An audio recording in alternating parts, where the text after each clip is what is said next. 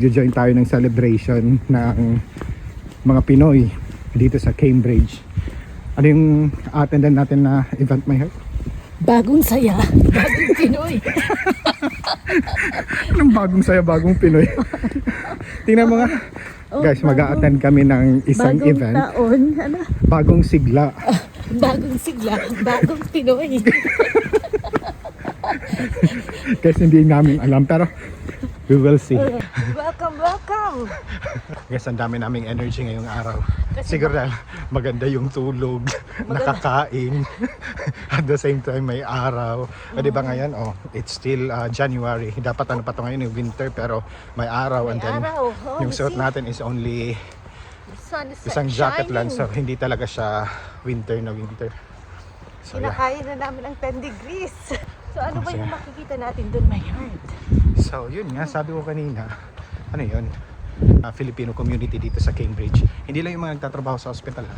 At the same time mga other Filipinos outside Addenbrooke's. Pero magsa-celebrate tayo. Bagong taon, bagong sigla. Parang feeling ko ganun. Okay. Dumaan tayo dito sa hospital sa loob. Yung event is nasa Franklin Center.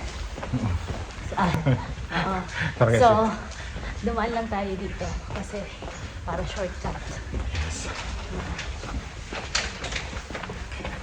Ang ganda ng hospital natin na. Oo. Pero nandito lang tayo sa concourse tsaka sa lobby. Meron din kami shopping center dito sa loob. Nga mapagkita natin. Tsaka meron kaming coffee shop, Costa. Coffee shop. May Starbucks din. Ayaw, may Starbucks na dito. Next time mag-tour na lang tayo. Hindi, wait lang. Meron kaming Costa, meron din kaming MLS. Pero excited ako ngayon sa event. No? Ikaw din, excited Of course. Bagong taon, bagong sigla. Excited ako sa food. Bagong Pinoy, bagong sigla. Guys, hanggang ngayon malapit na kami sa kung saan igaganapin, pero hindi pa din niya alam yung celebration na i-attend namin. It's bagong taon, bagong sigla.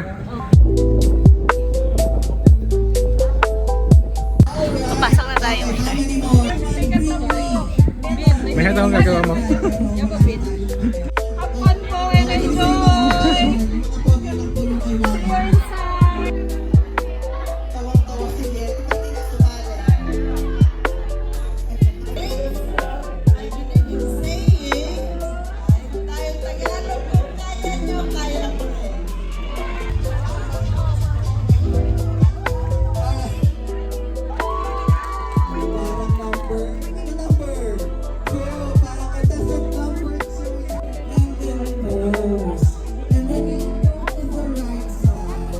Lalagyan niyo po yung pera.